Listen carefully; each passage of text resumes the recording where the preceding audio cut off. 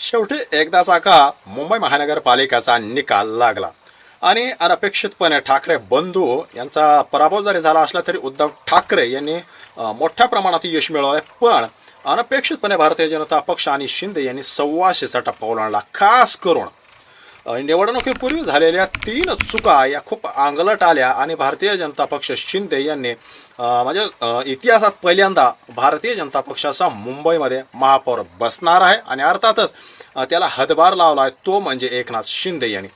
पण निवडणुकीपूर्वी 3 महत्वाच्या कुठल्या चुका झाल्या, अन्यथा या घडीला त्या चुका झाल्या नसत्या तर आजच्या घडीला मुंबईमध्ये भारतीय जनता पक्ष शिंदे यांच्या विरोधामध्ये जवळपास 150 नगरसेवक ठाकरेंचे राहिले असते.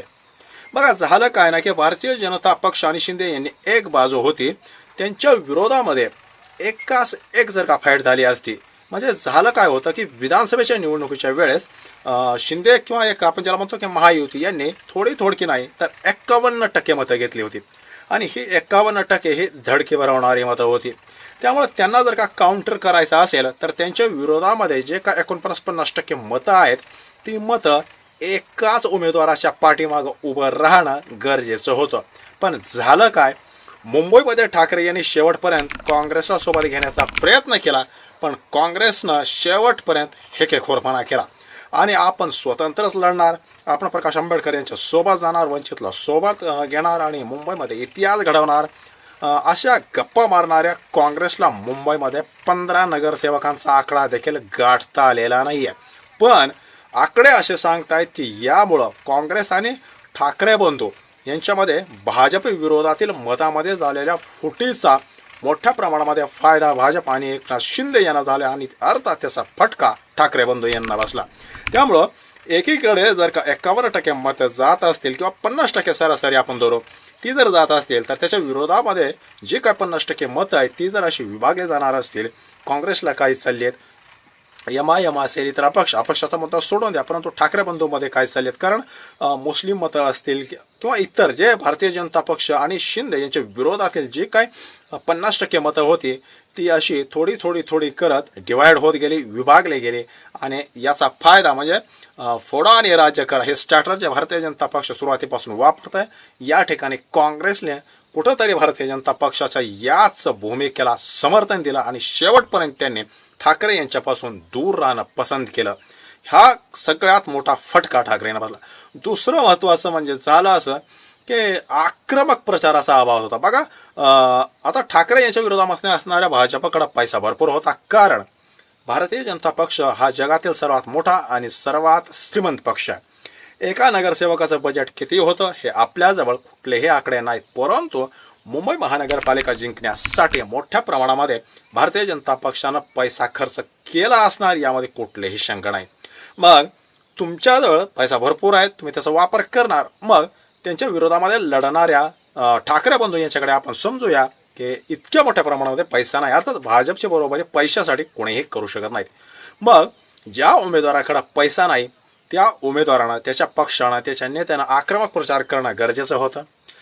काय होतं, देवेंद्र फडणवीस हे दिवसातून 5-5, 6-6 सभा घेत होते, परंतु मुंबईमध्ये सुद्धा फक्त एक संयुक्त सभा 2 बंधूंची सोडली तर मोठ्या प्रमाणामध्ये सभा झाल्या नाहीत आणि त्याचा मेसेज असा गेला की ठाकरे बंधू यांनी निवडणुकी आधीच पराभव मान्य केलाय का, मैदान सोडलाय का. कारण एक अपेक्षा अशी होती की युतीची घोषणा झाल्याबरोबर राज ठाकरे आणि उद्धव ठाकरे सभांचा अक्षरशः धडाका लावतील, मुंबईमध्ये सगळं वातावरण ढवळून काढतील आणि मग समोरच्या उमेदवारासाठी एक सभा जर होत असेल तर त्या बदल्यात 2 सभा घेण्याची तयारी ठाकरे बंधू यांनी ठेवायला पाहिजे होते.